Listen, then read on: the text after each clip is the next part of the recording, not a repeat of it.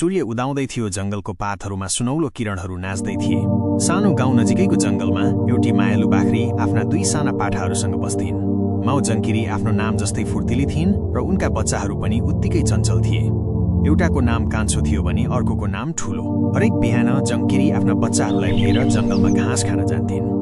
कान्छो र ठुलो सधैँ आमाको वरिपरि खेलिरहन्थे, कहिले पुतलीको पछि दौडन्थे त कहिले एकअर्कालाई ठेलमठेल गर्थे।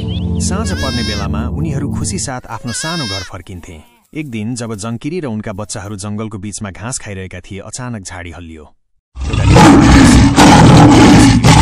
स्यालका मीठा दाँत र चम्किलो आँखा देख्दा जंकिरी र उनका बच्चाहरू डरले थरथर काँपे।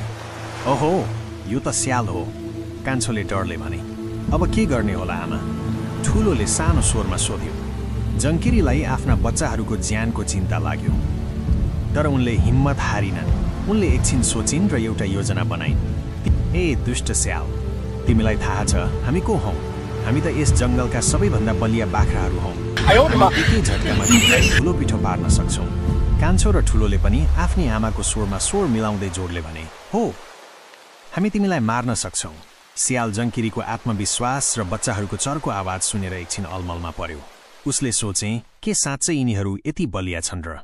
जंकिरीले आफ्नो योजनालाई अगाडि बढाउँदै भनिन्, हामीलाई थाहा छ तिमी जहिले पनि साना र कमजोर जनावरहरूलाई दुःख दिन्छौ। आज तिमी हाम्रो फन्दामा परेका छौ। कान्छोले आफ्नो सानो तर तीखो सिङ देखाउँदै भन्यो, हेर यो हाम्रो सिङ, एकैचोटमा तिम्रो पेट चिरिदिन्छु। ठुलोले पनि आफ्नो खुट्टाले जमिनमा धुलो उडाउँदै भन्यो, र म मेरो बलियो खुट्टाले तिमीलाई यस्तो लात हान्छु कि तिमी 7 गाउँ पर पुग्नेछौ। स्याल डरले काम्न थाल्यो। उसले कहिल्यै यस्तो साहसी बाख्रा देखेको थिएन। उसलाई लाग्यो साँच्चै नै यी बाख्राहरू धेरै बलिया छन् र यदि उनीहरूले आक्रमण गरे भने उसलाई गाह्रो पर्नेछ। बिस्तारै स्याल 1 कदम पछाडि हट्यो। त्यसपछि 2 कदम र अन्त्यमा ऊ जंगलभित्र दौडियो र कहिल्यै फर्केर आएन। जंकिरीले आफ्ना बच्चाहरूलाई हेरिन्। उनीहरूको आँखामा डरको ठाउँमा खुसी र गर्व देखिन्थ्यो। हामीले स्याललाई भगायौं आमा, कान्छोले उत्साहित हुँदै भन्यो।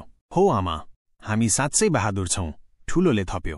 जंकिरीले आफ्ना बच्चाहरूलाई मायाले सुमसुम्याउँदै भनिन्, तिमीहरू साँच्चै बहादुर हौ। तर याद राख्नु, सधैँ एक भएर बस्नुपर्छ। एकतामा ठूलो शक्ति हुन्छ। त्यस दिनदेखि कान्छो र ठुलोले यो कुरा कहिल्यै भुलेनन्। उनीहरू सधैँ एकसाथ खेल्थे र एकअर्कालाई सहयोग गर्थे।